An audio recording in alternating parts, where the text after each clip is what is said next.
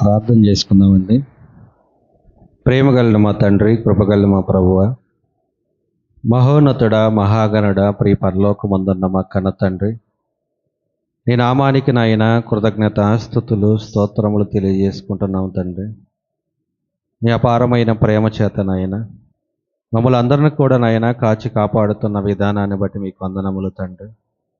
మరొక గురువారం నాయన మేమందరం కూడా నాయన నీ సన్నిధిలో కూడుకొని తండ్రి మీ వాక్కులను ధ్యానించుటకు తండ్రి, లేఖనాల్లో ఉన్నటువంటి సత్యాన్ని మేము గ్రహించుటకు తండ్రి, మీరు మాకు ఇచ్చినటువంటి ఈ ధన్యతను బట్టి మీకే కృతజ్ఞత స్తుతులు స్తోత్రములు తెలియజేసుకుంటున్నాం నాయన. మీరు మాతో మాట్లాడండి తండ్రి, మీ ఆత్మ సహాయాన్ని మాకు అందించండి తండ్రి. మాతో నాయన మీరు మాట్లాడి మాకు ఏమి కావాలో ప్రతిదీ కూడా నాయన మరి జ్ఞానయుక్తంగా సత్యవాక్యాన్ని మాకు అందించమని మా ప్రభువు మా రక్షకుడైనటువంటి యేసుక్రీస్తు వారి పుణ్య నామములో ఈ ప్రార్థన అడిగి వేడుకొంచున్నాం ఒక నా తండ్రి, ఆమేన్. బేస్ తీసే చెర్రి, నా మైక్లో బేస్ తీసి. కూడి వచ్చిన ప్రియమైన దేవుని పిల్లైన మీ అందరికీ మహనీయుడు మన ప్రభు మన రక్షకుడైనటువంటి యేసుక్రీస్తు వారి నామములో నా యొక్క శుభాభివందన తెలియజేసుకుంటున్నాను. పూర్తిగా కాదు, కొంచెం కొంచెం చాలు. వాయిస్ కూడా కొంచెం మంచి. అలాగే ప్రియమైన దేవుని వాళ్ళారా, మరి మనం ఇంతటి చక్కగా అవకాశాన్ని ఇచ్చి మరి దేవుడు మనల్ని ఇక్కడ కూర్చోబెట్టి కొంచెం బేస్ పెంచు చక్కగా మరి మనం దేవుడు వాక్యాన్ని ధ్యానించుకున్నటకు దేవుడిచ్చినటువంటి అవకాశాన్ని బట్టి ముందుగా దేవునికి కృతజ్ఞతాస్తుతులు చెల్లించుకుంటున్నాను. ఓకే. అలాగే ప్రియమైన దేవుని వాళ్ళారా, మరి మనం మొదటి రోజు దేవుడు ఎవరు అని మనం నేర్చుకున్నాం. అలాగే మరి పోయిన ఆదివారం మనం మాట్లాడుకున్నాం ఏంటంటే యేసుక్రీస్తు వారు ఎవరు అనేటువంటి విషయాన్ని. కానీ యేసుక్రీస్తు వారు ఎవరు అనేటువంటి విషయాన్ని మనం క్లుప్తంగా మాట్లాడుకోవాలంటే చాలా సమయం పడుతుంది కాబట్టి దానిని మనం పార్ట్ 1గా చేసుకున్నాం. అయితే ప్రియమైన దేవుని వల్లరా, మరి ఈరోజు మనం మాట్లాడుకోబెట్టిన అంశం ఏంటంటే పరిశుద్ధాత్ముడు ఎవరు, ఆయన ఎలా ఉంటాడు. మరి ఈ విషయాల గురించి మనం మాట్లాడుకోవడానికి ముందుగా మరి క్రైస్తవ సమాజంలో ప్రియమైన దేవుని వల్లరా, ఇప్పుడు మనం చదువుకున్నటువంటి లేఖన భాగం ప్రకారంగా అపోస్తుల కార్యాలు 19వ అధ్యాయము మరి 1 నుంచి 6 వచనాలు మనం చూసుకుంటే అక్కడ ఉన్నటువంటి వారు కొందరు బాప్తీసం తీసుకున్నారు, కానీ ఆ బాప్తీసం తీసుకున్న తర్వాత వారికి పరిశుద్ధాత్ముడు ఉన్నాడనే సంగతి కూడా వారు ఎరగలేకపోయి ఉన్నారన్నమాట. అంటే ఏంటంటే ప్రియమైన దేవుని వల్లరా, క్రైస్తవంలో చాలామంది కూడా దేవుడు ఎవరు అనేటువంటి విషయంలో చాలా సందిగ్ధత ఉంటుంది. అలాగే యేసుక్రీస్తు వారు ఎవరు, అసలు పరిశుద్ధాత్మ అంటే ఏంటి, ఈ విషయాలన్నీ కూడా చాలామందికి చాలా డౌట్లతో కూడినటువంటి సందిగ్ధాలు మనసులో ఉంటాయి అన్నమాట. అయితే మరి మనం ఈరోజు కొంతవరకు మనం మాట్లాడుకుందాం. మరి చూడండి ప్రియమైన దేవుని వాళ్ళరా, ఆదికాండము 1వ అధ్యాయము 2వ వచనాన్ని కనుక మనం మాట్లాడుకుంటే, చీకటి అగాధ జలముల పైన కమ్మియుండెను, దేవుని ఆత్మ జలముల పైన అల్లాడుచుండెను. చూసారా, ఇక్కడ దేవుని ఆత్మ అని మనం చదువుతున్నాం అన్నమాట. అంటే ఇక్కడ ఒక ఆత్మ ఉంది. ఆ ఆత్మ ఎవరిదంట? దేవుని ఆత్మ. ఈ దేవుని ఆత్మ ఏం చేస్తుంది అక్కడ? చీకటి అగాధ జలముల పైన కమ్మియుండెను, దేవుని ఆత్మ జలములపై అల్లాడుచుండెను. అల్లాడుచుండటం అంటే ఏంటి తెలుసా? ఏంటి? బాధపడుతుందనా? కాదు ప్రియమైన దేవుని వాళ్ళరా,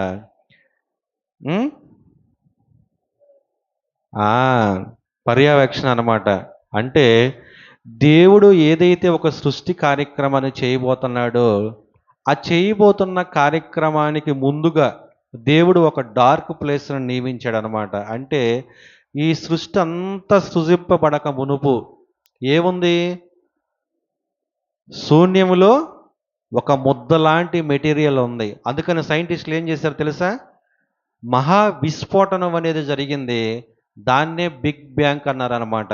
అంటే ఆ మహా విస్ఫోటనం జరిగిన తర్వాత ముక్కలు ముక్కలుగా ఉన్నటువంటి ఏదైతే ఒక పదార్థం ఉందో అది విడిపోయి ప్రియమైన దేవుని వల్లరా గ్రహాలుగా ఏర్పడ్డాయి, సూర్యుడిగా ఏర్పడ్డాయి, చంద్రుడిగా ఏర్పడ్డాయి, నక్షత్రాలుగా ఏర్పడ్డాయి, మహాకాశాలుగా ఏర్పడ్డాయి. అందులోనే ఒక భూమి కూడా ఏర్పడిందని సైంటిస్టులు నమ్ముతున్నారు. అయితే మరి ఈ యొక్క నిర్మాణం అనేది ఎలా ఏర్పడింది మరి బైబిల్ ప్రకారం మనం చూసుకుంటే దేవుని వాక్కు వలన ఈ యొక్క నిర్మాణం అనేది ఏర్పడింది కదా! అంటే ఈ బిగ్ బ్యాంగ్ అనేది అంటే ఒక శబ్దం అనేది ఒక విస్ఫోటనం అనేది జరిగినప్పుడు ఆ శబ్దం ఎవరు? ప్రభు అయినటువంటి యేసుక్రీస్తు వారు. ఆ ప్రభు అయినటువంటి యేసుక్రీస్తు వారు ఆ బిగ్ బ్యాంగ్ అనేటువంటి ఒక పెద్ద విస్ఫోటనంతో అక్కడ ఉన్నటువంటి ముడి పదార్థాన్ని అంతటిని కూడా ఎలా అయితే దేవుడు కలగజేయాలనే నిర్ణయంలో ఉందో ప్రభు అయినటువంటి యేసుక్రీస్తు వారు దగ్గరుండి ప్రధాన శిల్పిగా ఏం చేశాడు ఆయన? నిర్మాణం చేశాడనమాట. ఆ నిర్మాణం చేసిన దానికి సైంటిస్టులు ఏమని పేరు పెట్టుకున్నారు? Big bang. అంటే ఒక పెద్ద శబ్దం కలిగింది. ఒక విస్ఫోటనం కలిగింది. ఆ విస్ఫోటనం కలిగిన తర్వాత అది ముక్కలు ముక్కలుగా విడిపోయి ఒక భూమిగానో, ఒక సూర్యుడుగానో, ఒక చంద్రుడుగానో, ఒక నక్షత్రాలుగానో అలాగా ఈ సృష్టి అంతా తనంతట తాదే నిర్మాణం అయ్యింది అని చెప్పి సైంటిస్టులు చెప్పుకుంటారు. కానీ దేవుడు ఎప్పుడో బైబిల్‌లో చెప్పి ఉంచాడనమాట. ఏమని? దేవుని వాక్కు వలన ప్రపంచములన్నీ కూడా నిర్మాణం అయినాయని లేఖనం సెలవిస్తుంది ప్రియమైన దేవుని వాళ్ళరా. అలా నిర్మాణం అవ్వక మునుపు ఈ యొక్క ఆత్మ జలములపై అల్లాడుచుండెను. అంటే అక్కడ ఒక దేవుని ఆత్మ ఉంది. ఆ దేవుని ఆత్మ పర్యవేక్షణలో సృష్టి ఆరంభం అంతా జరుగుతుంది ఇక్కడ. అవునా?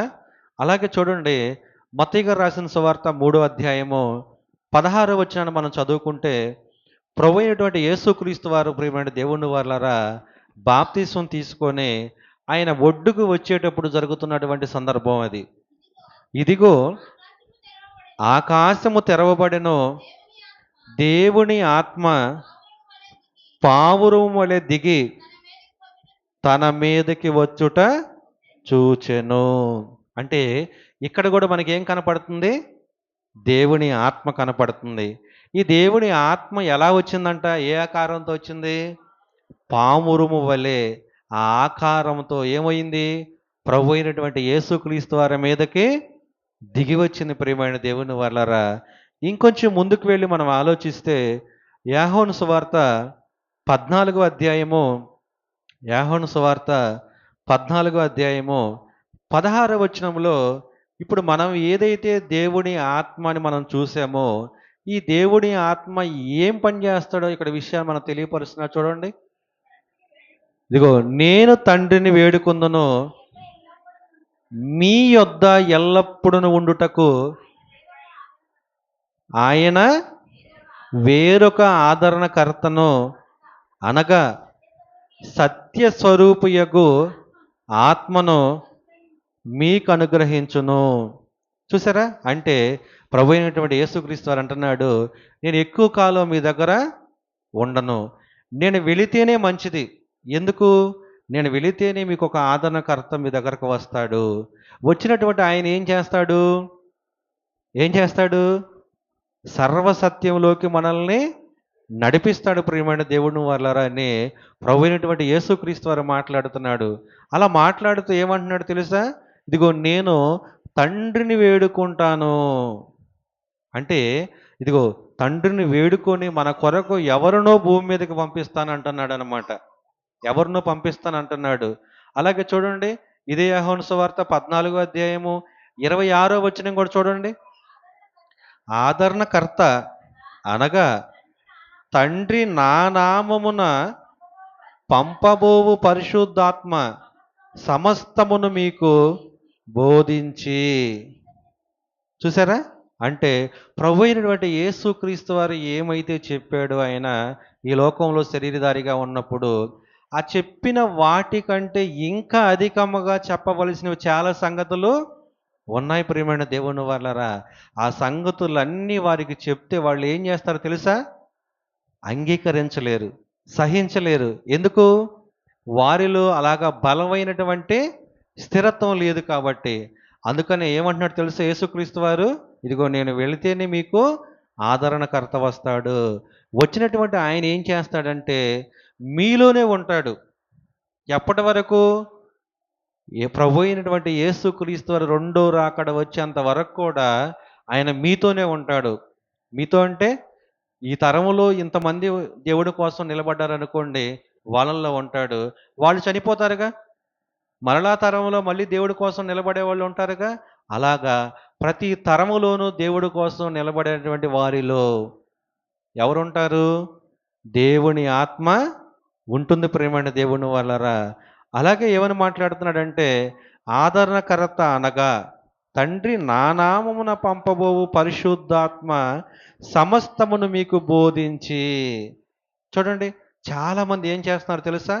ఇదిగో పరిశుద్ధాత్మ అనగానే ఆయన ఒక శక్తి మాత్రమే, ఆయనకి ఏమీ ఉండవు. అర్థమవుతుందా?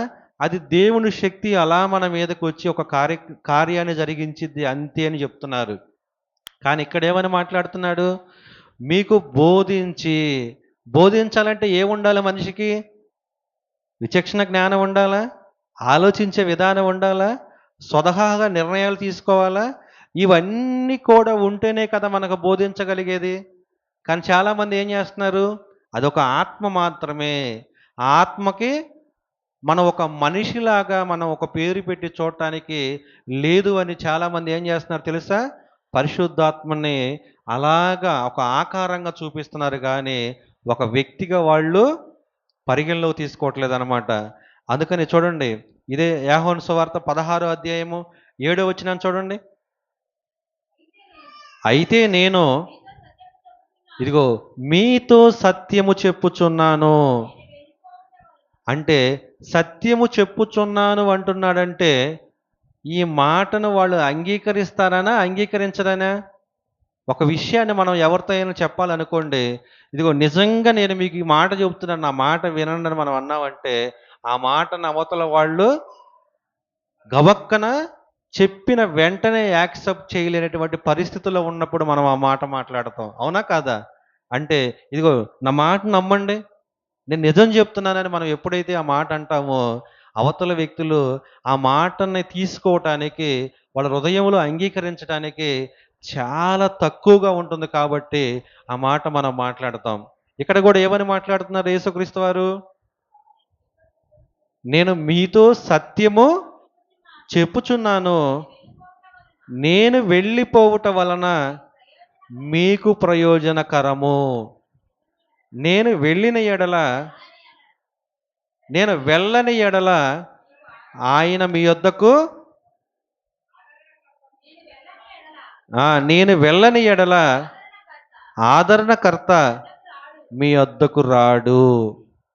నేను వెళ్ళిన ఎడల ఆయనను మీ యొద్దకు పంపుదును. అర్థమవుతుందా? ఇక్కడ ఏమని మెన్షన్ చేశాడు? ఆయన. ఆయన అంటే ఒక శక్తేనా, ఒక వ్యక్తేనా? అవునా కాదా? కానీ ఇలాంటి వాక్యాలు మనం చదువుతున్నప్పటికీ కూడా చాలామంది ఇంకా అజ్ఞానంగానే ఆలోచించేటువంటి విధానం అన్నమాట. ఇంకొంచెం ముందుకు వెళితే ప్రియమైన దేవుని వల్లరా, ముందుకు వెళితే చూడండి, కొరింథీయులకు రాసినటువంటి మొదటి పత్రిక 12వ అధ్యాయము 1 నుంచి 3 వచనాలు చూసుకుంటే ఈ యొక్క పరిశుద్ధాత్ముడు అనేటువంటి ఆయన ఈ భూమి మీదకి వచ్చిన తర్వాత ఆయన ఏమేమి కార్యాలు చేస్తాడో మనం మాట్లాడుకుందాం. కొరింథీయులకు రాసినటువంటి మొదటి పత్రిక 12వ అధ్యాయము 1 నుండి 3 వచనాలు. మరియు సహోదరులారా, ఐకిక సంబంధమైన ఆత్మ సంబంధమైన వరములు గూర్చి మీకు తెలియకుండుట నాకు ఇష్టము లేదు.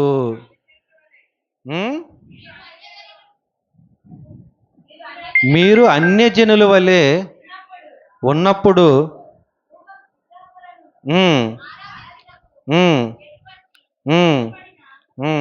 అంటే ఇక్కడ చూడండి, ఇక్కడ దేని గురించి మాట్లాడుతున్నాడంటే దేవుడు పరిశుద్ధాత్మ అనేటువంటి ఆయన మనలోకి పంపించినప్పుడు కొన్ని వరములు మనకి ఇస్తాడంట. ఆ వరములతో మనకేమవుతుంది? ప్రయోజనం అవుతుంది. ఆ ప్రయోజనం దేనికో తెలుసా? సంఘం విస్తరించడం కోసం, మనం స్థిరత్వంగా నిలబడటం కోసం, వాక్యాన్ని అర్థం చేసుకోవడం కోసం ఈ వరాలన్నీ దేనికి ఉపయోగపడతాయి? దేనికి ఉపయోగపడతాయి? నేను చెప్పినవన్నీ కూడా నెరవేరబడటానికి. అంటే సంఘం విస్తరణలో ఉపయోగపడిద్దా లేదా? ఇప్పుడు ఆ రోజుల్లో ఉన్నటువంటి వాళ్ళు పరిశుద్ధాత్మ వాళ్ళ మీదకొచ్చినప్పుడు వాళ్ళు అన్ని భాషలు మాట్లాడారా లేదా? ఆ అన్ని భాషల ద్వారా వాళ్ళు ఏం చేశారు అవతల వాళ్ళు? అన్య భాషల వల్ల అవతల వాళ్ళు ఏం చేశారో తెలుసా? ఏం చేశారంటే చెప్పినటువంటి దేవుడు వాక్యాన్ని వాళ్ళు అన్ని భాషలతో మాట్లాడేటప్పుడు ఈ భాష వాళ్ళకు సంబంధించింది కాదు కదా, వీళ్ళు ఈ భాషతో మాట్లాడుతున్నారంటే ఇది ఖచ్చితంగా దేవుడి కార్యమై ఉంటుందని చెప్పి మొదటి సంఘంలో ఉన్నవాళ్ళు 3,000 మంది ఒక్కసారే బాప్తిస్మం పొందుకున్నారు. అపోస్తుల కార్యాలు 2వ అధ్యాయంలో. అంటే 3,000 మంది ఒకేసారి మారారంటే అక్కడ వాళ్ళు భాషలు మాట్లాడటం వల్ల ఉపయోగం ఉందా లేదా? ఉందా లేదా? అంటే దేవుడిని వరములు వాళ్ళలోకి వచ్చినప్పుడు ఆ వరముల ద్వారా సంఘంలో ఏదో ఒక బలమైనటువంటి కార్యాన్ని జరిగించడానికి అది ఉపయోగపడాలి తప్ప ఏదో మనకిష్టం వచ్చినట్టు మనం భాషలు మాట్లాడుకుంటూ వెళ్ళామనుకోండి, దాని వలన ఎవ్వరికి కూడా ఉపయోగం లేకపోతే ఆ భాషలు మాట్లాడటం అవసరమా? అవసరం లేదు ప్రియమైన దేవుని వల్లరా. అయితే ఈ భాషలు మాట్లాడటం అనేది ఏంటది? నాది కాని భాష అవతల వాళ్ళకి ఏ భాష కలిగిన వాళ్ళు అయి ఉన్నారో ఆ భాష నాకు రానప్పుడు నేను అదే భాషతో నేను అవతల వారితో మాట్లాడుతున్నాను అనుకోండి, ఆ భాష దేనికి సంబంధించింది? అంటే ఇదిగో ఆ వాక్యాన్ని వాళ్ళకి అర్థమయ్యేటువంటి భాషలో నేను చెప్పినప్పుడు ఆ భాష ద్వారా వాళ్ళు ఏం చేస్తారో తెలుసా? అయ్యో! వీళ్ళు నా భాష రాదు కదా! వీళ్ళు అన్య భాషల్లో మాట్లాడుతున్నారంటే, నా భాష వీళ్ళకి దేవుడే మాట్లాడిస్తున్నాడు కాబట్టి, నేను ఖచ్చితంగా రక్షణ పొందుకోవాలనేటువంటి ఆలోచన మొదటి సంఘంలో ఉన్న వాళ్ళకి కలిగింది. మరి ఈరోజు అలా ఉందా? లేదు ప్రియమైన దేవుని వాళ్ళరా. ఎందుకంటే, భాషలనేయి నిరర్థకం అవుతాయని దేవుడే తెలియపరిచాడు. ప్రేమ మాత్రం ఎల్లప్పుడూ ఉంటుందని చెప్పి తెలియపరిచాడనమాట. అంటే భాషలనేది ఒక కాలానికి వచ్చేసరికి ఏమవుతాయి? నిరర్థకం అయిపోతాయి. అంటే దాని అవసరత మనకు లేదనుకోండి, అవసరం లేకపోతే ఏదైనా ఒక వస్తువుని కొనుక్కొచ్చి మనం ఇంట్లో పెట్టుకుంటామా? పెట్టుకుంటామా? పెట్టుకోం కదా! అలాగే దేవుడు వరములనేవి కూడా అవసరాన్ని బట్టి దేవుడు ఇచ్చేవి. అంతేకాని అవసరం లేకపోయినా దాన్ని తీసుకొచ్చి దేవుడు సంఘంలో పెట్టడనమాట. అందుకని పౌలు గారు ఏం మాట్లాడారో తెలుసా? ఇదిగో ఎవరైనా భాషలు మాట్లాడాలనుకున్నారనుకోండి, నువ్వు మాట్లాడే భాష నాకు అర్థం కావట్లేదు కదా! అర్థం కానప్పుడు నువ్వు ఇక్కడ మాట్లాడాల్సిన అవసరం ఏముంది? నువ్వేం చేస్తావంటే, రహస్యమందున్న నీ తండ్రికి రహస్యంగా నువ్వు ప్రార్థన చేసుకుంటావు కదా! ఆ భాషతో దేవుడితో మాట్లాడుకో. దేవుడికి రాని భాష ఏమైనా ఉంటదా? అని పౌలు గారు హెచ్చరించాడనమాట. ఎందుకు హెచ్చరించాడు? సమాజంలో నేనొక దైవ సేవకుడిని, గొప్పగా సేవ చేసేటువంటి దైవ సేవకుడిని చెప్పుకోవటం కోసం చాలామంది భాషలు రాకపోయినా ఏదో ఒకటి మాట్లాడి నేను గొప్పవాడిని తెలియపరచుకోవడం కోసం చేస్తున్నారు కాబట్టి పౌలు గారు ఆ విషయాన్ని తీసుకొచ్చాడు అనమాట. అవునా? ఇంకోసారి మనం దాని పూర్తి వివరణ తర్వాత ఇంకోసారి ఎప్పుడైనా మాట్లాడుకుందాం. మరి ఈ విషయాన్ని మనం ఆలోచించినప్పుడు ఈ పరిశుద్ధాత్మ వరములు అనేవి ఏం చేస్తాయో తెలుసా? ప్రభు అయినటువంటి యేసుక్రీస్తు వారిని ఈయనే నిజమైనటువంటి రక్షకుడు అని ఒప్పింపజేయటానికి ఉపయోగపడే తప్ప మనుషులు వారికి కావలసినటువంటి శరీర సంబంధమైన అవసరాలు తీర్చుకునే మాత్రం కాదు ప్రియమైన దేవుని వల్లరా. ఇంకొంచెం ముందుకు వెళితే యోహాను సువార్త 11వ అధ్యాయము 33వ వచనం చూడండి. ఆమె ఏడ్చుటయు యోహాను సువార్త 11:33 ఆత్మలో మూలుగుచున్నదని ప్రార్థన.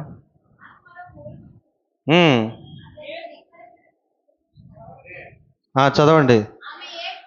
ఆమె ఏడ్చుటయు ఆమెతో కూడా వచ్చిన యూదులు ఏడ్చుటయు యేసు చూచి కలవరపడి ఆత్మలో మూలుగుచు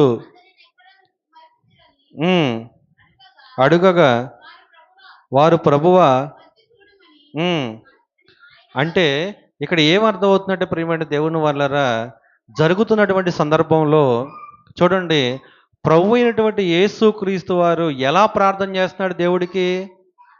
ఆత్మలో మూలుగుచూ ప్రార్థన చేస్తున్నాడు, అవునా కాదా? అంటే మనం ప్రార్థన చేసేటప్పుడు ఎప్పుడైనా మనము ఆత్మలో మూలుగుతా ఎప్పుడైనా దేవుడికి ప్రార్థన చేసావా? మనం ఎప్పుడు అలా మూలుగుతాం తెలుసా? ఏదైనా బాగా జ్వరం వచ్చినప్పుడు, ఏదైనా ఒళ్ళంతా బాగా నొప్పులుగా ఉన్నప్పుడు, ఇక్కడ నుండి లెగవలేని పరిస్థితి ఏదైనా ఉన్నప్పుడు, మనకేదైనా ఆర్థికంగా ఇబ్బందులు ఉన్నప్పుడు, ఎదుటికి వాళ్ళకి మన బాధ అర్థమయ్యే విధంగా వాళ్ళ ముందు మనం ఏం చేస్తాం? మూలుగుతూ ఉంటాం. కానీ ఇక్కడ దేవుడు ఏం చెప్తున్నాడు? ప్రార్థన చేసేటప్పుడు మూలుగుతా ప్రార్థన చేయమంటున్నాడు, అవునా? అంటే దీనత్వాన్ని తెలియపరచడం కోసం మాట్లాడుతున్నాడు అనమాట అక్కడ. అందుకని పాత నిబంధనలు కూడా ఇజ్రాయేలీలు ఐగుప్తు దేశంలో బానిసత్వంగా ఉన్నప్పుడు వారి మొర దేవుడు విన్నాడా లేదా? కానీ వాళ్ళు ఎలా ప్రార్థన చేశారు? మూలుగుచూ ప్రార్థన చేశారు. ఆ మూలుగును దేవుడు విన్నాడు ప్రియమైన దేవుని వల్లరా. ఇక్కడ కూడా యేసుక్రీస్తు వారు ఎలా ప్రార్థన చేస్తున్నాడు? ఎలా చేస్తున్నాడు? మూలుగుచు. చూడండి గలతీ పత్రిక 4వ అధ్యాయము 6వ వచనాన్ని కూడా చదవండి. మరియు మీరు కుమారులై ఉన్నందున నాయన తండ్రి అని మొరపెట్టు తన కుమారుని ఆత్మను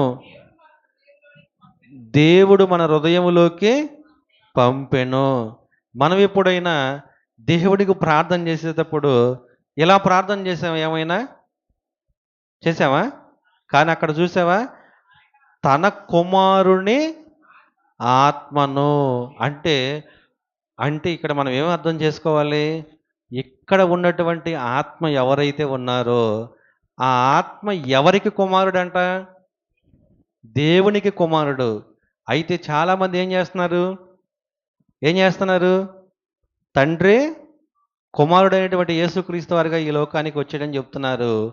కుమారుడైనటువంటి యేసుక్రీస్తు వారు వెళ్ళి మరలా నేను ఆదరణకర్తను పంపిస్తాను అన్నాను కదా, తండ్రిని వేడుకుంటాను అన్నాడు కదా, ఈయనే వేషం మార్చుకొని మరలా పరిశుద్ధాత్మ రూపంలో ఈ భూమి మీదకి వచ్చాడని మాట్లాడుచున్నారు. కానీ ఇక్కడేం మాట్లాడుతున్నారు? ఆ ఆత్మ నాయన తండ్రి అదిగో అని మొరపెట్టు. నాయన తండ్రి అని ఈ పరిశుద్ధాత్మ దేవుడు మన నిమిత్తం తండ్రి అయినటువంటి దేవుడికి ప్రార్థన చేస్తుంటే మనం మాత్రం ఏం చేస్తున్నాం? మనకు ప్రార్థన ఎలా చేయాలో కూడా రాకుండా మనం స్టైల్గా మన ఇష్టానుసారంగా మనకు వచ్చినట్లు మనము ప్రార్థన చేస్తున్నాం ప్రియమైన దేవుని వల్లరా. కానీ పరిశుద్ధాత్మ దేవుడైతే ఏం చేస్తున్నాడు? చూడండి యోహాను కొరింథీయులకు రాసినటువంటి మొదటి పత్రిక 14వ అధ్యాయం 33వ వచనం చూడండి. అలాగే పరిశుద్ధుల సంఘము దేవుడు సమాధానముకి కర్త గాని అల్లరికి కర్త కాడు. అంటే దేవుడు దేనికి కర్త? సమాధానానికి. పరిశుద్ధాత్మ దేవుడు ఒకవేళ మనలోకి వచ్చాడు అనుకోండి, అల్లరల్లరిగా గోల చేయటం, ఎగరటం, గంతులు వేయటం, చేతులు ఎగరేయటం, కింద పడ్డారో తెలియదు, పైన పడ్డారో తెలియదు, బైబిల్ కూడా తొక్కుకుంటూ ఎగిరేటువంటి పరిస్థితి మనం చూస్తున్నాం లేదా యూట్యూబ్లో? అంటే ఆత్మ నిజంగా వాళ్ళ మీదకి దిగి వచ్చింది అనుకోండి, ఆ పరిశుద్ధాత్మ వాళ్ళల్లో ఉండి బైబిల్ కూడా తొక్కిచ్చిద్దా? ఆలోచించండి, ఎప్పుడైనా తొక్కిచ్చిద్దా?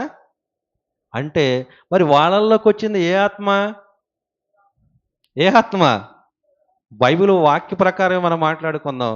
ఏ ఆత్మ వచ్చింది వాళ్ళలోకి? దురాత్మ ప్రియమైన దేవుని వాళ్ళరా. ఎందుకంటే పరిశుద్ధాత్మ దేవుడు అల్లరికి కర్త కాడు.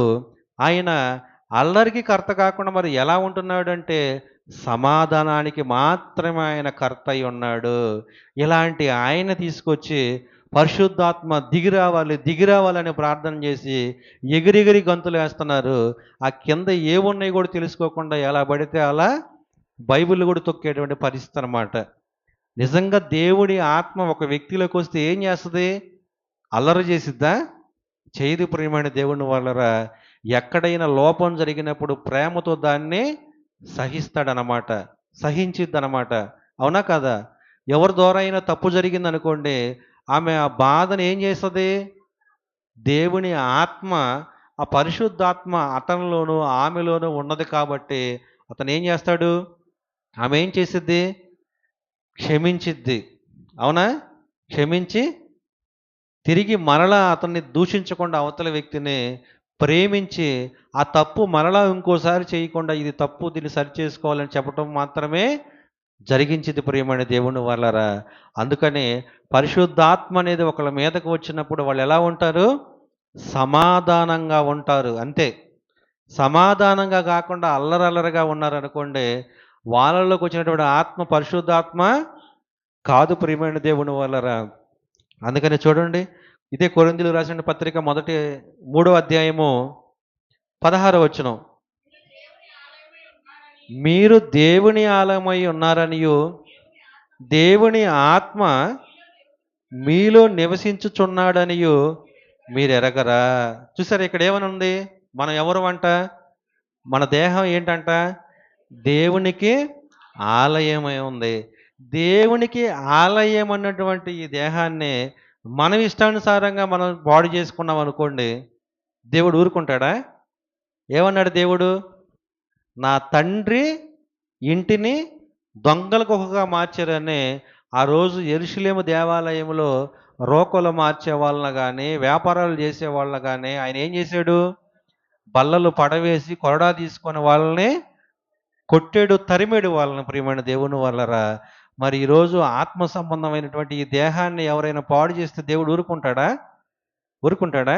ఈ దేహం ఎవరికి ఆలయమై ఉంది? దేవునికి ఆలయమై ఉంది. కానీ మనం ఏం చేస్తున్నాం తెలుసా? తెలుసా ఏం చేస్తున్నాము? అయ్యా, నీవు మా హృదయంలోకి వద్దుగానే అదిగో మేము కట్టినటువంటి ఆ దేవాలయంలో కూర్చో, మేము మాత్రం ఆదివారం 10ంటికి వస్తాం నీ దగ్గరికి, ఒక గంట కూర్చుంటాం, నిన్ను పొగిడేటట్లు పాటలు పాడతాం, ఇంటికి వెళ్ళిన తర్వాత మా ఇష్టానుసారంగా మేము జీవిస్తాం అనేటువంటి పరిస్థితి ఉంది మనకి. కానీ దేవుడు ఏమంటున్నాడు? ఇదిగో మీ దేహము దేవునికి ఆలయమై ఉంది అని మీరు ఎరగరా అని. చూడు ఇక్కడ ఏమంటున్నాడు? దేవుని ఆత్మ మీలో నివసించుచున్నాడనియు. అంటే నివసించుచున్నాడనియు అంటే ఒక వ్యక్తేనా, శక్తేనా? అవునా? వ్యక్తనే కాదా? ఒక వ్యక్తి కాబట్టే మీలో నివసించుచున్నాడనియు మీరు ఎరగరా, మీకు తెలియట్లేదా అని చెప్పి మాట్లాడే సందర్భం ప్రియమైన దేవుని వాళ్ళరా. ఇదే కొరింథీయులకు రాసినటువంటి మొదటి పత్రిక 6వ అధ్యాయము 19వ వచనం కూడా చూడండి. మీ దేహము దేవుని వలన మీకు అనుగ్రహింపబడి మీలోనున్న పరిశుద్ధాత్మకు ఆలయమై ఉన్నదని మీరెరగరా. ఈ దేహం ఎవరి వల్ల నిర్మాణం అయింది? ఎవరి వల్ల నిర్మాణం అయింది? ఒక తల్లికి ఒక కుమారుడు పుట్టాడు అనుకోండి, లేదా ఒక కుమార్తె పుట్టింది అనుకోండి, ఆ కుమారుణ్ణి కుమార్తెను ముద్దాడదక ఆ తల్లి ఏం చేస్తుంది తెలుసా? ఆమె చేతులతోనే తయారు చేసుకున్నాను అన్నంతగా, ఇదిగో నేనే నా కృత్యాలతో ఈ బిడ్డని నేను రూపించుకున్నాననేటువంటి విధంగా ఆ కుమారుడిని ఆ తల్లి ఏం చేసిద్ది? ముద్దాడుతూ ఉంటుంది ప్రియమైన దేవుని వలరా. కానీ కానీ ఎవరినైనా ఒక బిడ్డను దత్తత తీసుకొచ్చినారనుకోండి, ఆ దత్తత తీసుకున్నటువంటి కుమారుడు ఎవరైతే ఉన్నారో, కుమార్తె ఎవరైతే ఉన్నారో, వారి మీద కన్న బిడ్డ మీద ఉన్నంత ప్రేమ చూపించగలుగుతారా? చూపించగలుగుతారా? చూపించలేరు. అయితే ఇక్కడ దేవుడు ఏం చేస్తున్నాడు తెలుసా? ఇదిగో మీ దేహములో మీ అవయవ నిర్మాణములో నేనే సృజిస్తున్నాను తల్లి గర్భంలో. తల్లి గర్భంలో ఎవరు సృజిస్తున్నారు? దేవుడు సృజిస్తున్నాడు. ఊపిరిని ఎవరిస్తున్నారు? దేవుడు ఇస్తున్నాడు. ఆ తల్లి గర్భంలో ఉమ్మనీరులో 9 నెలలు ఉండటానికి దేవుడే పోషకుడై ఉన్నాడు. ప్రియమైన దేవుని వాళ్ళరా, చూడండి, పుట్టినటువంటి బిడ్డని వెంటనే పుట్టిన తర్వాత తీసుకువెళ్ళి ఒక తొట్టులో వేయండి, బతుకుతాడా? బతుకుతాడా? మరి 9 నెలలు ఉమ్మనీరులో ఎలా ఉన్నాడు? శ్వాస ఎలా తీసుకున్నాడు? ఆహారం ఎలా వెళ్ళింది? ఒకసారి ఆలోచించారు ఎప్పుడైనా? ఆలోచించారా? కానీ మనం ఏం చేస్తాం తెలుసా? అదిగో ఆ బిడ్డలను చూసి అందంగా ఉన్నారనుకోని వాళ్ళ ముద్దుల మీద ముద్దులు పెట్టుకోవటమే తప్ప, నా బంగారమే నా బంగారం అనుకోవడం తప్ప, అసలు దేవుడు 9 నెలలు తల్లి గర్భంలో ఉమ్మనీరులో ఎలా ఉంచాడో ఒక్కసారైనా ఎవరైనా ఆలోచించారా? ఆలోచించలేదు ప్రియమైన దేవుని వాళ్ళరా. దేవుడు కెపాసిటీ అది. అదే చూడండి, ఆ పుట్టిన బిడ్డని వెంటనే తీసుకొని వెళ్ళి తొట్టులో వేసామనుకోండి, ఏమవుతాడు? చనిపోతాడు. కానీ 9 నెలలు ఎలా పెంచాడు ఒకసారి ఆలోచించండి దేవుడు. అందుకని ఆయనకి ఏమని పేరుంది? ఆశ్చర్యకరుడు. అద్భుతాలు చేసేటువంటి ఆయన, లేనిది ఉన్నట్టుగా క్రియేట్ చేసేటువంటి ఆయన, ఆయనకి సమస్తము సాధ్యమే ప్రియమైన దేవుని వాళ్ళరా. అలా ఏం చేశాడు దేవుడు? పరిశుద్ధాత్మకు మీరు ఆలయమై ఉన్నారని మీరు ఎరగరా అంటున్నాడు. అంటే ఈ దేహం అనేది పరిశుద్ధాత్మకి ఆలయమై ఉంది. ఆ పరిశుద్ధాత్మ ఎవరైతే బాప్తీసం తీసుకుంటారో, తీసుకున్నటువంటి వ్యక్తిలోకి ఎవరు వస్తారు? పరిశుద్ధాత్మ దేవుడు వస్తాడు. పరిశుద్ధాత్మ దేవుడు వచ్చిన తర్వాత తిరిగి మరలా వెళ్ళడు ప్రియమైన దేవుని వాళ్ళరా. వెళ్ళడు ఇంకా. ఎప్పటి వరకు ఉంటాడు? ఆ మనిషి చనిపోయేంత వరకు. ఆ మనిషి మంచి కార్యాలు చేస్తున్నాడు అనుకోండి, ఆనందపడతా ఉంటాడు. చెడు కార్యాలు చేస్తున్నాడు అనుకోండి, బాధపడతా ఉంటాడు. అవునా? అలాగే మనకు ప్రార్థన చేయడం రాదు కాబట్టి మన నిమిత్తం తండ్రి అయినటువంటి దేవుడికి ఏం చేస్తున్నాడు? ఎలా చేస్తున్నాడు? మూలుగుతా ప్రార్థన చేస్తున్నాడు. అవునా? నాయన తండ్రి అని మూలుగుతా ప్రార్థన చేసేటువంటి పరిస్థితి మనం ఆయనకి కల్పించామా లేదా? కల్పించామా లేదా? అంటే అలా మూలుగుతా ప్రార్థన చేస్తున్నాడంటే మనం ఎంత హీన స్థితిలో ఉన్నామో అర్థమవుతుందా? అంటే దేవుడు కూడా మనల్ని క్షమించనటువంటి పరిస్థితుల్లో మనం ఉన్నాం ప్రియమైన దేవుని వల్లరా. అలాంటి పరిస్థితుల్లో నుండి మనకు రక్షణ భాగ్యాన్ని కల్పించడం కోసం, సంవత్సరం అనే దయాకిరీటాన్ని మనకి ఇవ్వడం కోసం మనల్ని మనల్ని ఎవరు కాపాడుతున్నారు? పరిశుద్ధాత్మ దేవుడు. ఆయన మన తరపున ప్రార్థన చేస్తున్నాడు కాబట్టి ఆ ప్రార్థన దేవుడిని మనకేం చేస్తున్నాడు తెలుసా? ఇదిగో మన ఆయుష్ని ఇంకొక సంవత్సరం పొడిగిస్తాడు ప్రియమైన దేవుని వాళ్ళరా. కానీ మనమేమనుకుంటాం తెలుసా? ఏదో ఒక చిన్న కార్యాన్ని చేసి, ఆహా, నేను దేవుడికి ఒక గొప్ప కార్యాన్ని చేశాను, నాకంటే ఇంతకంటే కార్యం చేసేవాళ్ళు ఎవరు లేరని చెప్పి, అందుకే నేను ఇదిగో సుఖ సంతోషాలతో ఉంటున్నానని చెప్పి చాలామంది మాట్లాడుకుంటూ ఉంటారు. అవునా కాదా? కానీ ఎవరి నిమిత్తం మనం ఈ భూమి మీద ఆనందంగా ఉంటున్నామో తెలుసా? పరిశుద్ధాత్మ దేవుని నిమిత్తం మాత్రమే మనము ఆనందంగా ఉండగలుగుతున్నాం. ఎందుకంటే తండ్రి అయినటువంటి దేవుడికి మన తరపున ఆయన విజ్ఞాపన చేస్తున్నాడు అన్నమాట. అలాగే కొంచెం ముందుకు వెళ్దాం చూడండి. ఎఫెసీయులకు రాసిన పత్రిక 1వ అధ్యాయము 13, 14 వచనాలు చదవండి. ఎఫెసీయులకు రాసిన పత్రిక 1వ అధ్యాయము 13, 14. మీరును సత్యవాక్యమును అనగా మీ రక్షణ స్వార్థను విని క్రీస్తునందు విశ్వాసముంచి వాగ్దానము చేయబడిన ఆత్మచేత ముద్రింపబడితిరి. ఏమైంది మనకి? ఒక ముద్ర పడిపోయింది ప్రియమైన దేవుని వలన. ఆ ముద్ర ఎవరి వలన కలిగింది? పరిశుద్ధాత్మ దేవుని వలన. ఆ ముద్ర ఏంటో తెలుసా? ఇదిగో ఇతను దేవుని కుమారుడు, ఈమె దేవుని కుమార్తె అనే ముద్ర పడిపోయిందనమాట. ఆ ముద్రని, ఆ సీలుని తీసేయడానికి ఎవరి వలన అయిద్దా? అవదు. అవునా? అందుకనే పరిశుద్ధాత్మ దేవుడు ఈ భూమి మీదకి వచ్చి అసలు ఎలాంటి కార్యాలు చేస్తున్నాడో ఒకసారి ఆలోచించండి. అలాగే చూడండి, అపోస్తుల కార్యాలు 5వ అధ్యాయము 3 నుంచి 4 వచనాలు చదువుకుందాం.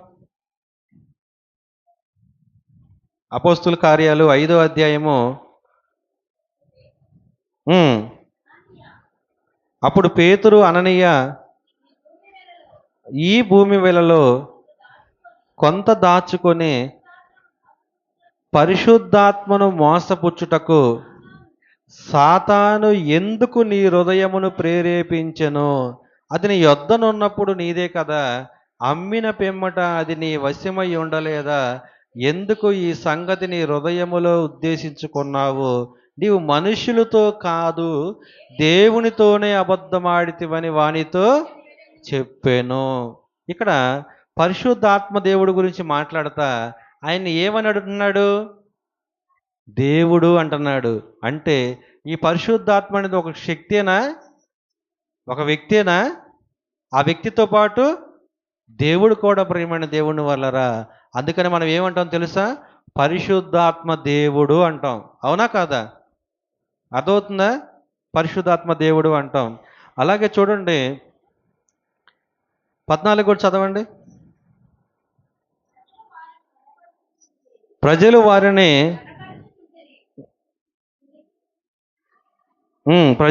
గనపరచుచుండిరి.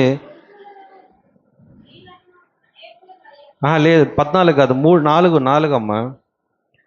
అది నీ యొద్దనున్నప్పుడు నీదే కదా, అమ్మిన పిమ్మట అది నీ వశమై ఉండలేదా అని ఈ సంగతి నీ హృదయంలో ఉద్దేశించుకున్నావు, నీ మనుషులతో కాక దేవుడితోనే అబద్ధమాడితివని. అంటే పరిశుద్ధాత్మ దేవుడు ఒక శక్తి కాదు, ఒక వ్యక్తి కాదు, ఆయన దేవుడు కూడా.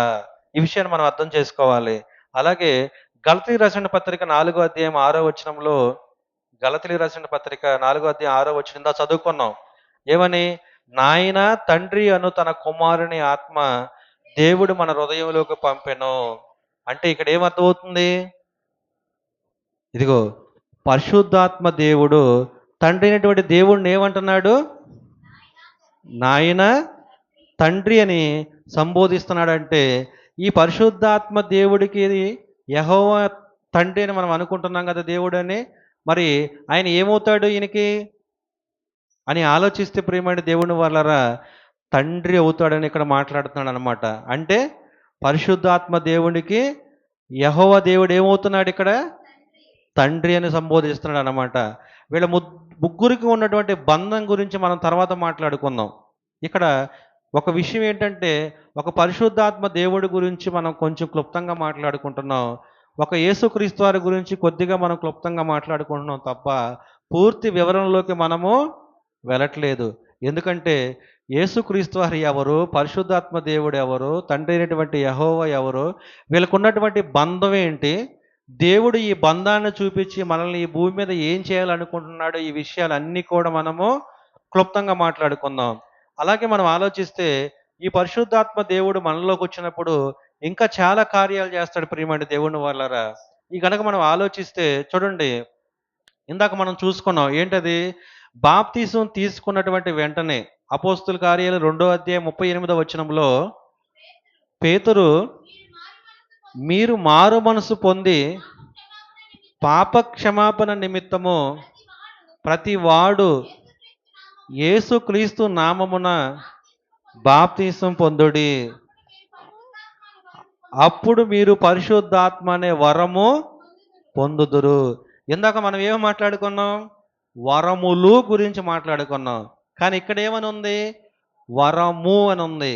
వరము అనేదేమో బాప్తిజం తీసుకున్న ప్రతి ఒక్కరికి, యేసుక్రీస్తు వారు బాప్తిజం తీసుకున్న తర్వాత ఆత్మ పావురూమలి ఆయన మీదకి ఎలా దిగి వచ్చిందో, బాప్తిజం తీసుకున్న ప్రతి ఒక్కళ్ళ మీదకి పరిశుద్ధాత్మ అనే వరము అందరికీ వస్తుంది ప్రియమైన దేవుని వాళ్ళరా. కానీ వరములు మాత్రం అందరికీ రావు, అవి కొందరికి మాత్రమే వస్తాయి. అది కేవలం అపోస్తులకు మాత్రమే వస్తాయి. ఆ అపోస్తులు ఎంతమంది ఉన్నారు? 12 మందే కదా ఉంది. ఆ 12 మంది ఎవరి నెత్తి మీద చేతులుంచి ప్రార్థన చేస్తే వారి మీదకు మాత్రమే ఈ వరములు వస్తాయన్నమాట. అర్థమవుతుందా? ఇప్పుడు ఆ అపోస్తులు ఉన్నారా మన మీద ఏమైనా చేతులుంచి ప్రార్థన చేయడానికి? ఉన్నారా? లేరు కదా. మరి ఎలా వస్తాయి మనకి వరములు? రావు. మనకు వచ్చేది ఏంటది? వరము. అంటే నమ్మి బాప్తీసం పొందుకున్న తర్వాత పరిశుద్ధాత్మ అనే వరము ప్రతి ఒక్కరికి సంచకరువుగా మనలోకి వస్తుంది. మనల్ని నడిపిస్తుందన్నమాట. మనం ఏదైనా తప్పు చేస్తున్నాం అనుకోండి, హృదయంలో ఏం వచ్చిద్ది? గద్దింపు కలిగిద్దనమాట. ఆ గద్దింపు విన్న వెంటనే మనం ఏం చేస్తాం తెలుసా? ఆల్రెడీ మనము ఒక పని చేయటానికి ఎన్నో సంవత్సరాలుగా అలవాటు పడ్డటువంటి మనము, ఆ పని చేయకుండా మనం మానుకోవాలంటే మన దేహం ఊరుకుంటదా? మనం చెయ్యి వాటం అంటారు చూడండి. అంటే మనం కళ్ళు మూసుకొనైనా సరే ఎవరైనా ఏదైనా పని చేసేటప్పుడు ఆ పనిని అలాగే చేసుకుంటూ వెళ్తా ఉంటారనమాట. అలాగే ఈ శరీరం అనేది లోక సంబంధమైనటువంటి ఆశల్లోకి వెళ్ళిపోతున్న పరిశుద్ధాత్మ దేవుడు మాత్రం ఏం చేస్తాడు? ప్రేరేపణ కలగజేసి గద్దిస్తూ ఉంటాడు. అది తప్పు, అది చెయ్యమాకు, అది సరి చేసుకోమని. అలాగా మనం చనిపోయేంత వరకు ప్రతి విషయంలో కూడా పరిశుద్ధాత్మ దేవుడు మనల్ని హెచ్చరిస్తానే ఉంటాడనమాట. మనం ఆ హెచ్చరింపుకు లోబడి మనం దేవుడు వాక్యానికి సరైనటువంటి విధానంలో మనం తప్పుదిద్దుకొని సరైన విధానంలో నడుచుకున్నాం అనుకోండి, ఆయన ఆనందపడతా ఉంటాడు. మనం అలా నడుచుకోలేదనుకోండి, బాధపడతా ఉంటాడు మనల్లో. అంతేకాని మనల్ని విడిచి మాత్రం వెళ్ళడు ప్రియమైన దేవుని వాళ్ళరా. అలాగే యోహాను సువార్త 16వ అధ్యాయము 13, 14, 15 వచనాల్లో ఏమని ఉంటుందంటే, ఆయన ఈ లోకానికి వచ్చినప్పుడు మీకు బోధ చేస్తాడు అని ఉంటుంది. నా వాటిలోంచి తీసి మీకు బోధ చేస్తాడని ఉంటుంది. అంటే ఆ పరిశుద్ధాత్మ దేవుడు వచ్చినప్పుడు ఏం జరిగిద్ది? 13, 14, 15 వచనాల్లో అయితే ఆయన అనగా సత్యస్వరూపి అయినటువంటి ఆత్మ వచ్చినప్పుడు మిమ్ముల్ని సర్వసత్యములోకి నడిపించును. అలాగే చివరగా మాట్లాడుతూ మీకు బోధ చేస్తాడని చెప్తాడనమాట. మరి ఇలా ఆలోచించుకుంటూ పోతే చూడండి, రోమీలకు రాసిన పత్రిక 8వ అధ్యాయము 26వ వచనంలో ఏమని ఉంటుందంటే, ఇందాక మనం మాట్లాడుకున్నాం, యేసుక్రీస్తు వారు మూలుగుత ప్రార్థన చేశాడు కదా తండ్రికి. చేశాడా లేదా? కానీ ఇక్కడ పరిశుద్ధాత్మ దేవుడు కూడా చూడండి ఏం చేస్తున్నాడు? అటువలే ఆత్మయు మన బలహీనతయు చూచి సహాయము చేయుచున్నాడు. ఏలయనగా మనము యుక్తముగా ఎలాగూ ప్రార్థన చేయవలెనో మనకు తెలియదు కానీ, ఇదిగో చూడండి, ఉచ్చరింప శక్యము కాని మూలుగులతో ఆ ఆత్మ తానే మన పక్షముగా విజ్ఞాపన చేయుచున్నాడు. ఏం చేస్తున్నాడు పరిశుద్ధాత్మ దేవుడు మన కోసం? విజ్ఞాపన, మూలుగుతో ప్రార్థన చేస్తున్నాడు. మనం మాత్రం అసలు ప్రార్థన చేయటమే లేదు ప్రియమైన దేవుడు వాళ్ళరా. కానీ ఈ రోజు నుంచి మనం ఏం చేయాలి? మూలుగుతో ప్రార్థన చేయమంటే మూలన కూర్చొని మూలగాల రోగం వచ్చినట్టుగా అలా కాదు. మనం చేసినటువంటి తప్పులకి దేవుడి దగ్గర ఒప్పుకోవాలని దేవుడు కోరుకుంటున్నాడు. అలాగే చూడండి, కొరింథీయులకు రాసినటువంటి మొదటి పత్రిక 2వ అధ్యాయము 10, 11 వచనాల్లో ఆయనకు ఒక మనస్సు ఉందని తెలుస్తుంది అక్కడ. మనకైతే దేవుడు వాటిని తన ఆత్మ వలన బయలుపరిచి ఉన్నాడు. ఆ ఆత్మ అన్నిటినీ, దేవుని మర్మములను కూడా పరిశోధించుచున్నాడు. అంటే ఆయన పరిశోధిస్తున్నాడంటే ఆయనకు మనస్సు ఉందా లేదా? మనసు ఉంటేనే కదా పరిశోధించేది. ఇదే అధ్యాయం, కొరింథీయులకు రాసినటువంటి మొదటి పత్రిక 12వ అధ్యాయం 11వ వచనం చూడండి.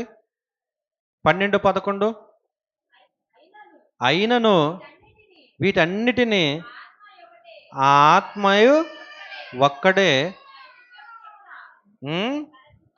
తన చిత్తము చొప్పున ప్రతి వానికి ప్రత్యేకముగా పంచి ఇచ్చుచు కార్యసిద్ధి కలగజేయుచున్నాడు.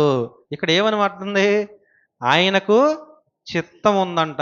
అంటే ఆయన ఒక నిర్ణయాన్ని తీసుకున్నటువంటి పరిస్థితి అక్కడ కనపడుతుందా లేదా? స్వతహాగా, అవునా కాదా? అలాగే చూడండి, ఎఫెసీయులకు రాసిన పత్రిక 4వ అధ్యాయం 30వ వచనంలో భావోద్వేగాల గురించి మాట్లాడతాడు చూడండి. దేవుని పరిశుద్ధాత్మను దుఃఖపరచకుడి. చూసారా? అంటే దేవుని పరిశుద్ధాత్మ దుఃఖపడుతున్నాడంటే ఆయనకు కూడా భావోద్వేగాలు ఉన్నాయా లేవా?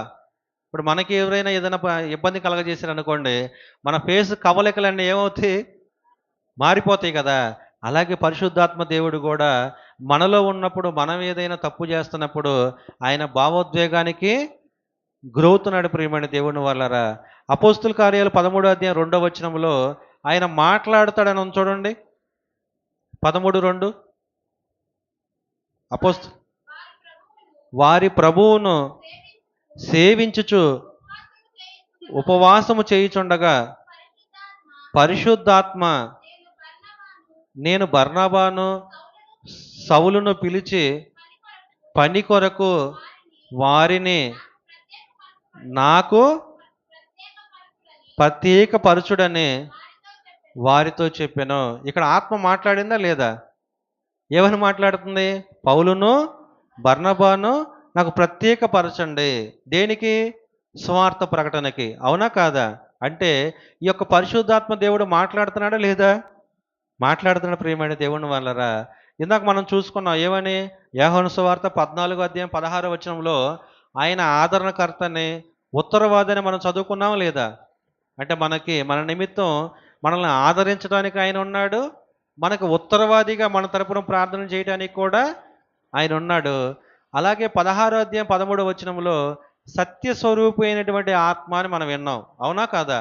అంటే ఆయన వచ్చినప్పుడు సత్యము వేరు, సర్వసత్యం వేరు. ఇప్పుడు పరిశుద్ధాత్మ మనలో ఉన్నాడు అనుకోండి, మనం సత్యంలో ఉంటామా, సర్వసత్యంలో ఉంటామా?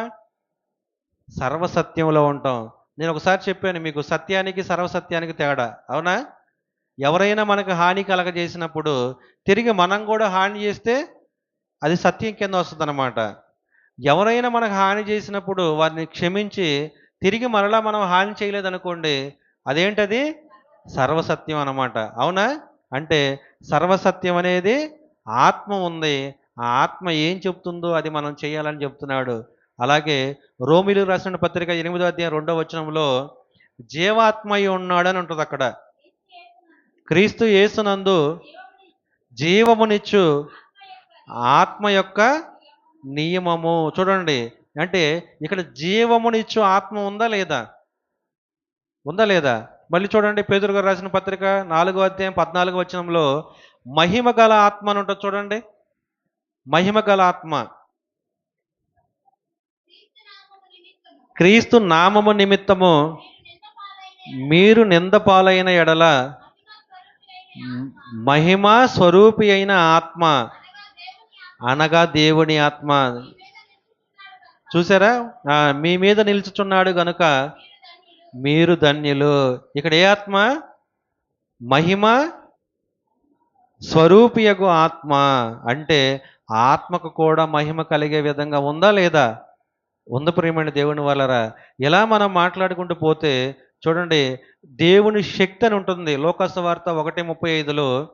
అలాగే యోహాను సువార్త 16వ అధ్యాయం 8వ వచనంలో ఆయన ఈ లోకానికి వచ్చినప్పుడు ఆయన మనలోకి వచ్చి ఏం చేస్తాడంట? పాపాన్ని ఒప్పింపజేస్తాడు. అంటే ఆయన మనలోకి వచ్చిన తర్వాత ఏం చేస్తాడు? మనం ఏదైనా తప్పులు చేస్తున్నాం అనుకోండి, దేవుని ఎదుట మనల్ని ఆ తప్పుల్ని ఒప్పింపజేస్తాడనమాట. కానీ మనమైతే ఒప్పుకుంటామా? ఒప్పుకోం ప్రియమైన దేవుని వాళ్ళరా. అది ఎదుటి వ్యక్తి మనుషుల దగ్గర ఒప్పుకోం. మరి అన్ని తెలిసినటువంటి దేవుడి దగ్గర కూడా మనం ఒప్పుకోలేదనుకోండి, మనల్ని కాపాడే వాళ్ళు ఎవరైనా ఉంటారా? ఉండరన్నమాట. అందుకనే ఆ పాపాలన్నిటిని పరిశుద్ధాత్మ దేవుడు ఏం చేస్తాడు? ఒప్పింపజేస్తాడు మనల్ని. తర్వాత తీతుకు రాసిన పత్రిక 3వ అధ్యాయం 5వ వచనంలో పునర్జన్మనిస్తాడు అనమాట అక్కడ. అంటే ఈ లోకం శాశ్వతం కాదనుకొని ఈ లోకాన్ని వదులుకొని ఎవరైతే రక్షణ భాగ్యంలోకి వస్తారో వారికి ఏం కలుగుతుంది? పునర్జన్మ కలుగుతుంది ప్రియమైన దేవుని వాళ్ళరా. అలాగే రోమీలకు రాసిన పత్రిక 8వ అధ్యాయము 14వ వచనంలో ఆ యొక్క పరిశుద్ధాత్మ దేవుడు మనకి మార్గదర్శిగా ఉంటాడని ఉంటుందన్నమాట అక్కడ. దేవుని ఆత్మ చేత ఎందరు నడిపింపబడుదురో వారందరూ దేవుని కుమారులై ఉందురు. అంటే ఈ పరిశుద్ధాత్మ దేవుడు మనల్ని నడిపించినప్పుడు ఆ మంచి మార్గంలో మనం నడిచేటప్పుడు ఆయన మనకి ఏమై ఉన్నాడు? మార్గదర్శి అయి ఉన్నాడు. అలాగే 26వ వచనంలో కూడా ఏమని ఉంటుందంటే ప్రార్థనకు సహాయం చేస్తాడు ఆయన. 26వ వచనంలో ఆ, మన బలహీనతను చూచి సహాయము చేయుచున్నాడు. చూసారా, ఆయన మనకి ఏం చేస్తున్నాడు? సహాయం చేస్తున్నాడు. మనము ప్రార్థన చేయటం ఎలా కూడా మనకు తెలియకపోవటం వల్ల ఆ యొక్క పరిశుద్ధాత్మ దేవుడు మనలో ఉండి మనకేం చేస్తున్నాడు? సహాయం చేస్తున్నాడు. ప్రియమైన దేవుని వల్లరా, ఇందా చదువుకున్నాం మనం ఎఫెసీయులకు రాసిన పత్రిక 1:13-14లో ఆయన మనకు ఒక ముద్ర వేస్తాడని మనం మాట్లాడుకున్నాం. అలాగే 5వ అధ్యాయం 18వ వచనంలో 5వ అధ్యాయం 18వ వచనం చదవండి. ఎఫెసీయులకు రాసిన పత్రిక. మరియు మరియు మద్యముతో మత్తులై ఉండకుడి, అయితే ఆత్మపూర్ణులై ఉండుడి, ఒకనినొకడు కీర్తనలతోనూ సంగీతములతోనూ ఆత్మ సంబంధమైన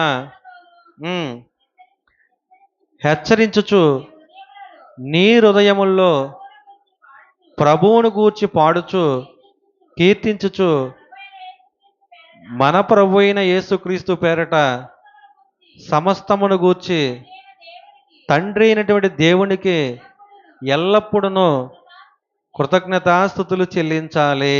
అంటే ఇవన్నీ కూడా మనలో ఏం చేస్తున్నాడు? ఆయన నింపుదల కలగజేస్తున్నాడు అనమాట. అలాగే మనం కొరింథీయులు రాసిన పత్రిక మొదటి కొరింథీయులు రాసిన పత్రిక 12:13 చూసుకుంటే, ఏలయనగా యూదులు అయినను గ్రీసు దేశస్థులైనను, గ్రీసు దేశస్తుల తర్వాత దాసులైనను స్వతంత్రులైనను మనమందరమును ఒక్క శరీరములోనికి ఒక్క ఆత్మయందే బాప్తీసము పొందితిమి. అంటే చూసారా, అంటే ఒక్క ఆత్మలోనే ఒకటే బాప్తీసంలోకి మనం వచ్చేసాం. ప్రియమైన దేవుని వాళ్ళరా, అంటే మన మాట అవునంటే అవును, కాదంటే కాదు అనేటువంటి విధంగా ఉండాలి. అంతేకాని ఇక్కడొక మాట ఇంకో చోట ఇంకో మాట చెప్పే విధంగా మనం ఉండకూడదు అనమాట. అలాగే చూడండి, గలతీయులకు రాసిన పత్రిక 5వ అధ్యాయం 22-33 చూసుకుంటే ఇక్కడ ఆత్మ ఫలాలు కనపడతాయి. అవునా? అంటే పరిశుద్ధాత్మ దేవుడు మనలోకి వస్తే మనలో ఏముంటాయి? ఆత్మ ఫలాలు ఉంటాయి. ప్రేమ, సంతోషం, సమాధానము, దీర్ఘశాంతము, దయాలత్వము, మంచితనము, విశ్వాసము, సాత్వికము, ఆశా నిగ్రహము. ఇవన్నీ కూడా దేనికి సంబంధించినవి? పరిశుద్ధాత్ముడు మనలో ఉన్నప్పుడు ఈ వరాలన్నీ మనలో పనిచేస్తాయి. ఇవన్నీ మనలో లేవనుకోండి, పరిశుద్ధాత్మ దేవుడు మనలో ఉన్నాడా? ఉన్నాడు, కానీ ఆ కార్యాలు అనేవి మనలో జరగట్లేదు. ఆయన దుఃఖపరిచే వారిలో మనం కూడా ఉన్నామా లేదా? ఉన్నామా లేదా? అంటే ఇప్పుడు దేవుణ్ణి దుఃఖపరిస్తే మనకి మంచినా? అందుకని ఏం చేయాలి తెలుసా? మనము దేవుణ్ణి దుఃఖపరచకూడదు. ప్రియమైన దేవుని వాళ్ళరా. అలాగే లాస్ట్కు చూడండి, మార్కు సువార్త 16వ అధ్యాయము, మార్కు సువార్త 16వ అధ్యాయము 14వ వచనం. పిమ్మట 11 మంది శిష్యులు భోజనమునకు కూర్చున్నప్పుడు ఆయన వారికి ప్రత్యక్షమై తాను లేచిన తరువాత తను చూచిన వారి మాట నమ్మనందున వారి అపనమ్మక నిమిత్తము హృదయ కాఠిన్యము నిమిత్తము వారిని గద్దించను. మరియు మీరు సర్వలోకమునకు వెళ్ళి సర్వ సృష్టికి సువార్త ప్రకటించుడి. నమ్మి బాప్తీసం పొందినవాడు రక్షింపబడును, నమ్మని వాడికి శిక్ష విధింపబడును. నమ్మిన వారి వలన ఈ సూచక్రియలు కనబడును. ఏవనగా నా నామమున దయ్యములను వెళ్ళగొట్టుదురు, క్రొత్త భాషలు మాట్లాడుదురు, పాములను ఎత్తిపట్టుకుందురు, మరణకరమైనది ఏది త్రాగినను అది వారికి హాని చేయదు, రోగుల మీద చేతులుంచినప్పుడు వారు స్వస్థత నొందుదురని వారితో చెప్పెను. ఇవన్నీ మనం విన్నాం కదా. ప్రభు అయినటువంటి యేసుక్రీస్తు వారు చెప్పినటువంటి మాటలేగా ఇవి. అంటే ఎవరైతే సువార్త ప్రకటించడానికి వెళతారో, పరిశుద్ధాత్మ ఎవరిలో అయితే ఉంటుందో ఆ ఉన్నప్పుడు జరిగేటువంటి కార్యాల గురించి మనం విన్నామా లేదా? విన్నామా లేదా? ఈరోజు ఎవరైనా ఒక పావుని మెడలో వేసుకొని, అర్థమైందా? దాని చేత కరిపించుకొని, వైద్యం చేయించుకోకుండా ఎవరైనా బ్రతకగలుగుతారా? విషపూరితమైనటువంటి ఒక పాముని తీసుకొని ఒక దైవ సేవకుడైన ఎవరైనా, అర్థమైందా? మొన్న రీసెంట్‌గా అంటే రీసెంట్‌గా కాదు, కొన్నేళ్ల క్రితం ఇదే వాక్యాన్ని పట్టుకొని ఒక అతను ఏం చేశాడో తెలుసా? ఒక పెద్ద పాముని తీసుకొచ్చుకొని మెడలో వేసుకున్నాడు. ఆయనకి ఆ పాము మెడ దగ్గర కరిచి ఆయన వెంటనే చనిపోయాడు ఒక పావు గంట లోపే. దైవ సేవకుడే. ఏం చేయాలనుకుంటున్నాడు? ఇదిగో ఇక్కడ రాసున్నటువంటి ఈ మాటలు నా జీవితంలో నెరవేరుతాయి అనుకోని నమ్మి ఆయన ఏం చేశాడు తెలుసా? జనంలోకి నేను ఒక గొప్ప సేవకుడిగా కనపడటం కోసం వీటిల్లో నేను ఏదో ఒకటి చేయాలని ఒక పాముని తీసుకొచ్చుకొని మెడలో వేసుకున్నాడు. ఆ పాము ఏం చేసింది అతన్ని? కరిచింది. కరిచిన వెంటనే మరి బ్రతకాలిగా. కానీ చనిపోయాడు. ఎందుకు చనిపోయాడు? ఎందుకు చనిపోయాడు? అవిశ్వాసం వలన చనిపోయాడా? అదేనా? అదేనా? ఇంకా ఏదైనా కారణం ఉందా అనే విషయాన్ని తెలుసుకోవాలంటే ఆదివారం రండి. అర్థమైందా? అవునా కాదా? అంటే ఒక మనిషిలో ప్రభువైనటువంటి యేసుక్రీస్తు వారు మాట్లాడుతున్నాడు. ఆవగింజంత విశ్వాసం మీలో ఉంటే ఈ కొండను ఎత్తి ఇక్కడ పక్కకు పెట్టొచ్చని అన్నాడు. మరి ఇక్కడ ఈ వ్యక్తి చనిపోవటానికి కారణం అవిశ్వాసమేనా? ఇంకా ఏదైనా లోపం ఉందా? అవునా? ఈ విషయాలు తెలుసుకోవాలంటే మీరేం చేయాలి? ఆదివారం రావాలి. ప్రార్థన చేసుకుందాం. ప్రేమ, కృప, కనికరం కలిగినటువంటి మా కన్న తండ్రి, నీ నామానికి స్తుతి చెల్లిస్తున్నాము నాయనా. నీ అపారమైన ప్రేమ చేత తండ్రి, మమ్మల్ని అందరిని కూడా నాయనా కాచి కాపాడుతున్న విధానాన్ని బట్టి మీకు వందనములు తండ్రి. మీ వాక్యంతో నాయనా మమ్మల్ని బలపరచండి తండ్రి. ఏది సత్యమైనదో, ఏది అసత్యమైనదో తండ్రి తెలుసుకోవటానికి నాయనా మీ ఆత్మ సహాయాన్ని మాకు అందించండి తండ్రి. మీరు మాతో మాట్లాడండి తండ్రి. మీ తండ్రి శబ్దయంత్రం ద్వారా ఎంతమంది అయితే ఈ వాక్యాన్ని వింటున్నారో తండ్రి, వింటున్న ప్రతి బిడ్డను కూడా జ్ఞాపకం చేసుకోమని ప్రాధేయపడుతున్నాం నాయన. వాళ్ళ హృదయాల్లో తండ్రి తెరవండి నాయన. హృదయాల్లోనైనా ఈ వాక్యాన్ని వాళ్ళు అంగీకరించే విధంగా సహాయం చేయండి తండ్రి. అలాగే నాయన సత్యవాక్యం అనేది తండ్రి మీరు ఈ బైబిల్లో రాయించి ఉంచారు తండ్రి. అది బహు లోతుగాను బహు దూరంగాను ఉన్నదన్న విషయాన్ని తను కూడా మాకు తెలియపరిచారు నాయన. దానిని వెలికి తీయగల వారు ఎవరు అని తెలియపరిచారు తండ్రి. మీ వాక్యంలో ఉన్నటువంటి లేఖనంలో ఉన్నటువంటి సారాన్ని గ్రహించడానికి నాయన, మేము అందులో ఉన్నటువంటి సత్యాన్ని గ్రహించడానికి తండ్రి, మేము వెలికి తీసేటువంటి పరిస్థితులు ఉండగా నాయన మీ ఆత్మ సహాయాన్ని మాకు అందించమని ప్రాధేయపడుతున్నాం తండ్రి. ప్రతి విషయంలోనూ మీ కృపను, మీ కాపుదలను మా కుటుంబాల మీద ఉంచమని ప్రాధేయపడుతున్నాం తండ్రి. మీరు మాట్లాడుతున్న ప్రతి మాట వలన కూడా నాయన మేము అన్నిటిని కూడా తండ్రి మేము పరిశోధించుకొని, పరిశీలించుకొని నాయన ఆ వాక్యాన్ని మా హృదయంలో పదిలంగా ఉంచుకోవడానికి సహాయం చేయమని ప్రాధేయపడుతున్నాం తండ్రి. ఆ వాక్యంతో నాయన మా కుటుంబాలు కట్టుకోవడానికి సహాయం చేయమని ప్రాధేయపడుతున్నాం నాయన. అనారోగ్య పరిస్థితులు ఉన్న ప్రతి బిడ్డను కూడా జ్ఞాపకం చేసుకోమని ప్రాధేయపడుతున్నాం తండ్రి. మంచి ఆహారాన్ని ఇవ్వండి, మంచి ఆయుష్నివ్వండి, పరసంబంధమైనటువంటి తండ్రి ప్రతి ఆశీర్వాదాన్ని తండ్రి ఈ కుటుంబాల మీద ఉంచమని ప్రాధేయపడుతున్నాం తండ్రి. నీ బిడ్డలు ఆసక్తితో నాయన దేవుడు వాక్యాన్ని వినటానికి వస్తున్నప్పుడు తండ్రి మీరు చెప్పేటువంటి మీరు మాట్లాడేటువంటి మాటనైనా అలాగ ఉన్నదో లేదో అని తండ్రి మీరు ఇచ్చినటువంటి 66 పుస్తకాల్లో తండ్రి మేము సరిచూసుకుని నాయన అలాగ ఉంటే గనక మేము నమ్మి ఆ వాక్యానుసారంగా మేము జీవించే విధంగా సహాయాన్ని మాకు అందించండి తండ్రి. అంతేగాని నాయన వంశ పారంపర్యంగా వస్తున్నట్టుగా నాయన మేము మిమ్మల్ని తండ్రి రుచి చూడకుండా నాయన మేము నమ్మి తండ్రి వ్యర్థంగా మిమ్మల్ని ఆరాధించే వారిలో మేము ఉండకుండా తండ్రి సత్యవాక్యాన్ని మా హృదయంలో ఉంచుకొని తండ్రి అనేకులకు మాదిరికరంగా మా జీవితాలు మా కుటుంబాలు మారటానికి సహాయం చేయమని మా ప్రభువు మా రక్షకుడైన యేసుక్రీస్తు వారి పుణ్యనామములో ఈ ప్రార్థన అడిగి వేడుకొంచున్నాం మా పరమ తండ్రి. ఆమెన్. తండ్రి అయినటువంటి తండ్రి అయినటువంటి మీ ప్రేమనైనా మీ కుమారుడైనటువంటి యేసుక్రీస్తు వారి కృప తండ్రి పరిశుద్ధాత్మ దేవుని యొక్క అన్యోన్య సహవాసము సకల పరిశుద్ధులకును మాకును తోడేండి నడిపించును గాక. ఆమెన్.